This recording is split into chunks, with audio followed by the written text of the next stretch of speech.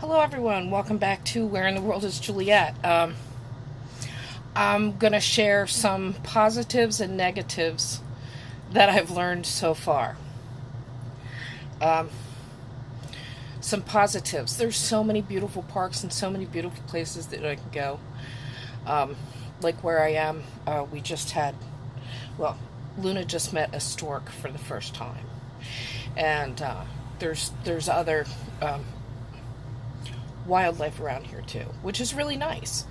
And I found all these like quirky things that I'm gonna start doing quirky stuff. Like I found a video game museum at one location where I'm going to stay, and I found some stuff around where I am right now, which I thought was really great. So those are the positives. Not to mention I've been able to go see some people that we haven't seen each other, and the reason we haven't seen each other is because we're all sick. Okay, so it's a challenge. So like I get over there and I rest for a couple days, and then we get to see each other, and so that part is another big positive. Big positive. Some negatives. Oh my God, the electric isn't stable. I guess it depends on what park you're in and what site you're in, even within that park. Within the last 20 minutes, as I'm getting ready to go out to dinner with someone, oh my gosh, the power went off like 3 times in a half an hour.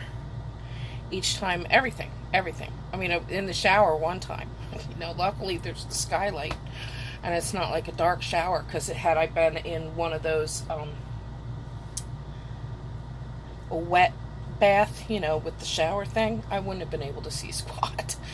So at least this way, I mean, it's that part's frustrating. I have a few other frustrations. I wish the rules from park to park were more universal. I mean, I know there's some that are, but some that they don't appear to be, if that makes sense. And like, you may have, like, I see people all the time running around these parks with their dog off a lead. It might be just right around their rig, but it's not like there's a little fence up to keep the dog in, or a little gate or anything. And I don't understand that, because we've actually had a couple of pretty big dogs approach us. And little Luna's teeny. Come on up, Luna, come on. Thought she could say hi. Hi. Hi. Yeah. Anyway, we were approached. None of the dogs approached, like, aggressively, I want to say. But she is very, I think she thinks she's a pit bull, because she just, like, charged right up to anything. I mean, I was shocked when she just, like, was running over to the storks, like, hey, what are you? I mean, she doesn't appear to be, the things she's afraid of are the things she thinks she doesn't see coming, if that makes sense. Like, we were in a park, and it was a dog off lead. Luckily, far enough away, but I could see the dog. I was like on the other side of this very small park that I left. And this dog was off lead, and apparently didn't like somebody else's dog who was on lead. And, first there's, the fit of barking, which definitely sounded like fight and aggressive. And all she did was run first, and then turn her head to see where it was coming from, because those were big dogs, like real big dogs. And luckily it was across the park, but it bothered me. And a bunch of times, but mostly we've been like, hey, who are you? Which I don't mind so much. I mean, we have we've had, like, my teddy bear, man.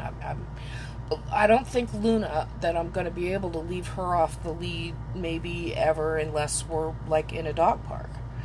I think that once I get the little pen up, now I'm not going to even bother to try and buy the pen and put it all together until it's cooler outside, because there's no way. I mean, I just took her out to walk, and I'm, like, wiped out. And it's not like I'm taking her for a big walk, but it is god awful hot. And I'm sure that's why the electric went out too, is running the air conditioner. But I had the air conditioner and the TV on. And, well, I guess the fridge too, because the fridge is set on auto. So those are some positives and negatives I've found. Boy, this is really could be a very cost efficient life. I don't know how you do it if you like had kids, right, in school and stuff, because it wouldn't make sense. You just keep moving. But well, if you homeschool, I guess it's okay. But but what I've kind of figured out here is, well, I'm paying off my Thousand Trails membership, and I can go from park to park, which means I can stay 21 days here and then go to the next place. And depending upon where I go, if I'm going to like another 1,000 Trails, then I have another 3 weeks that I can park and hang out.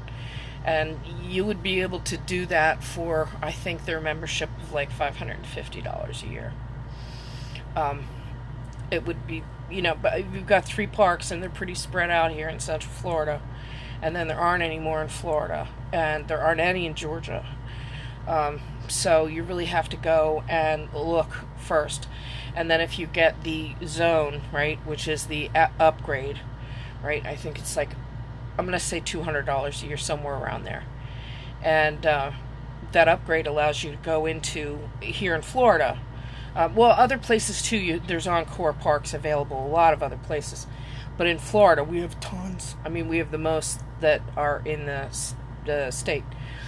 But you can't go from an Encore park to an Encore park. And those are only like a 2-week stay rather than a 3-week stay.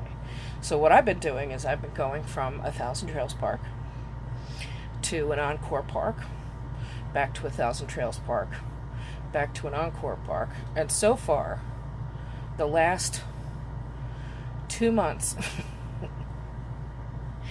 has cost me, no, I'm not talking food or anything, right? I'm just talking about the like rent and utilities, right? Because that's what this is. Has probably cost me in total, let's see, 2 months, 100.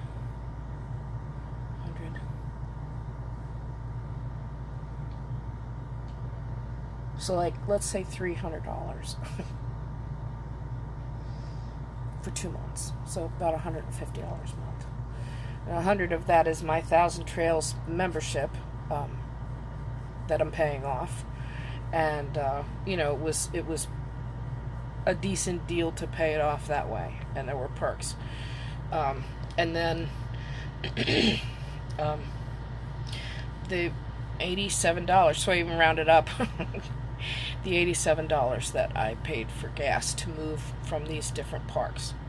So I'm not doing bad, although the gas mileage sucks. I mean, I originally stayed close. You know what I mean? I originally stayed close. Last few times I went about 100 plus miles for different places to go stay. So I guess I've driven about 300 miles, and that cost me about $90. So I think this is going to be really interesting. And when I get it all set up, never mind, I lied. I'm sorry, I have to add the 150. Because I got sick in one of the parks, and I had to stay an extra 3 days so I could successfully get to the next place. So I have to add the 150. So it was $300 for 1 month and $150 for the other. And the rest of this month looks like that too. Now that's just for living expenses. If you want me to start to include stuff like repairs, different things I've done. Not that there's been much, but there's been a couple. And I'm definitely learning how to, I can't wait until I'm all set up. And I've been using an Instant Pot to cook, which has been great, which has been really great.